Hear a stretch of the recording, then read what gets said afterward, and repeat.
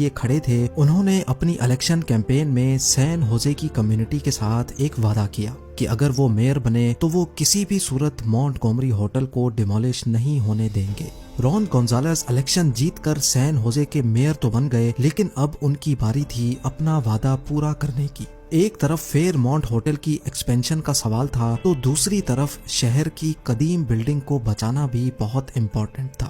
Mayor نے اس بارے میں کئی ایکسپرٹس سے صلاح مشورے کیے، لیکن کوئی خاص سولوشن نہیں مل رہا تھا۔ لیکن پھر آرکیٹیکٹس کی ایک ٹیم نے مشورہ دیا کہ کیوں نہ ہوٹل مونٹگومری کو یہاں سے صحیح سلامت ہٹا دیا جائے۔ پہلے تو یہ آئیڈیا کسی جوک سے کم نہیں لگ رہا تھا، کیونکہ کسی بلڈنگ کو ایک جگہ سے دوسری جگہ موو کرنا کسی کے وہم و گمان میں بھی نہیں تھا۔ لیکن میئر کو یہ آئیڈیا کلک کر گیا اور انہوں نے اس کام کو انجام دینے کے لیے $12.5 ملین یعنی تقریباً 93 کروڑ روپے کا بجٹ اپروو کروایا اور ساتھ ہی ایکسپرٹس کی ایک ٹیم بھی بنائی۔ جب ایسٹیمیٹ لگایا گیا تو معلوم پڑا کہ اس بلڈنگ کا وزن کم سے کم بھی 4,500 ٹن سے بھی زیادہ ہے، یعنی یہ وزن 25 بوئنگ 747 ایئر کرافٹس یا پھر 750 افریقن ایلیفینٹس کے وزن کے برابر بنتا ہے۔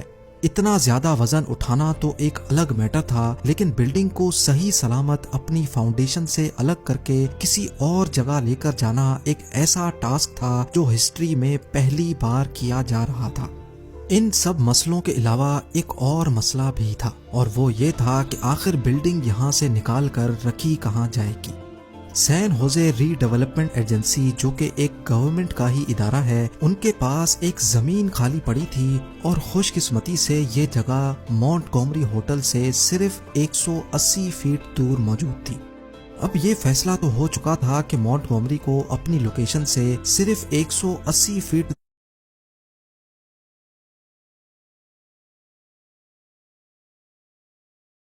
دور کھسکانا ہے، لیکن چیلنج یہ تھا کہ اس دوران نہ ہی بلڈنگ کے اسٹرکچر کو کوئی نقصان ہو اور نہ ہی اس کی ڈیکوریشن کو۔ سال 2000 میں اس امپاسبل ٹاسک پر آخر کار کام اسٹارٹ کر دیا گیا۔ سب سے پہلے بلڈنگ پہ ڈیکوریشن کے لیے لگائی گئی فینسی فال سیلنگ کو بڑی مہارت اور احتیاط سے نکال کر پریزرو کیا گیا۔